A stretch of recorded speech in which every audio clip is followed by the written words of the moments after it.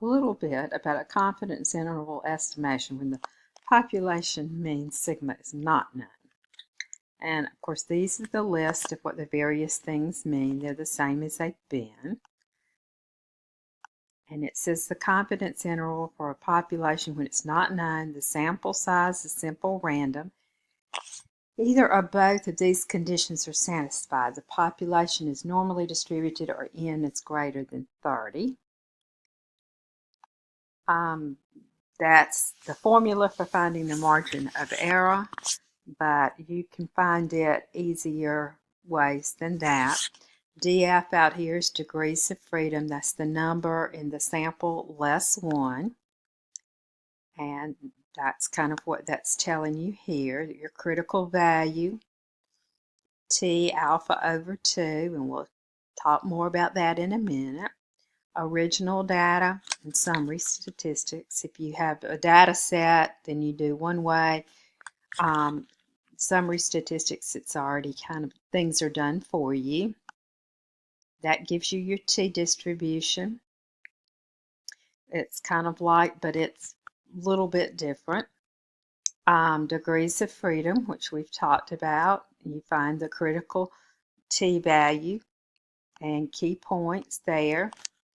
Notice the general shape as what is true. As n becomes larger, it gets closer to the standard normal curve there.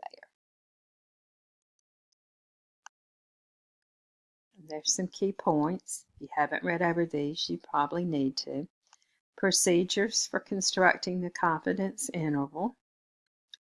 You're going to be using StatCrunch, so you probably don't have to read those procedures. Kind of read through right here the key points about it, and then you should be okay. All right.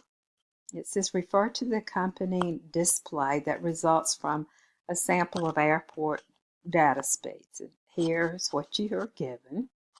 And it says what is the number of degrees of freedom that should be used? Well, how many did you have in your sample? 50. So the degrees of freedom then would be 1 less. What's 50 minus 1? It's 49. Okay, now they want you to find the critical value T alpha over 2 with a 95% confidence level. Okay, first of all, you've got to find alpha. What is alpha? Alpha is 1 minus the confidence level. So alpha is 0.05. But notice this says alpha over 2. So we divide that by 2. And we get 0.025. Okay, now we are fixing to go pull up StatCrunch and use it to find this T alpha over 2. Just like we had a normal calculator, there's a T calculator available. So I'm going to pull up StatCrunch. Okay, now that I have StatCrunch up, let's go to Stat. We want to go to Calculators. Do you see T down here? We want to go hit T. All right, this is the standard calculator. Really, the alpha over 2 is supposed to be in the right tail. But, you know, that's not always the easiest thing to do. So we will put it in the left tail and just be sure our answer is positive. So what did we come up with when we finally finished subtracting and everything? We came up with 0.025. So I want 0.025 to be the area in the tail. Our degrees of freedom, we said, would be 49, and we compute. This is what we get, but we want it to be positive, so just forget that negative sign, and our answer would be 2.01.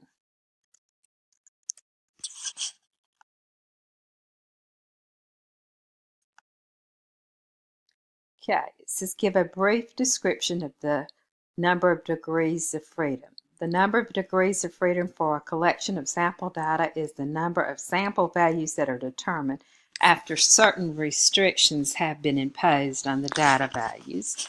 The number of degrees of freedom from a collection of sample data is the number of unique non-repeated sample values. The number of degrees of freedom for a collection of sample data is the number of sample values that can vary after certain restrictions have been imposed on data. So freedom, varying, that sounds right.